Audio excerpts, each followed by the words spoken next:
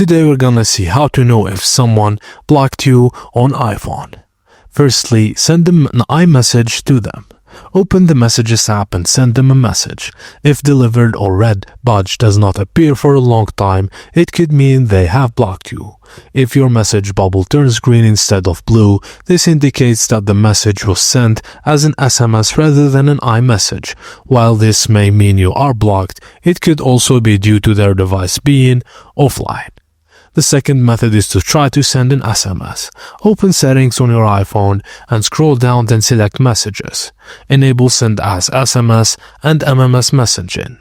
Open the Messages app and try sending them a text. Then long press the sent message, then select Send as a text message. If the message still not go through, this might suggest that you have been blocked. Just know that if your iMessage is registered with an email instead of your phone number, you may not have the send as text message option. Ensure that your iMessage is linked to your phone number for better accuracy. And that's it, guys. Thank you for watching, and please don't forget to like and subscribe for more.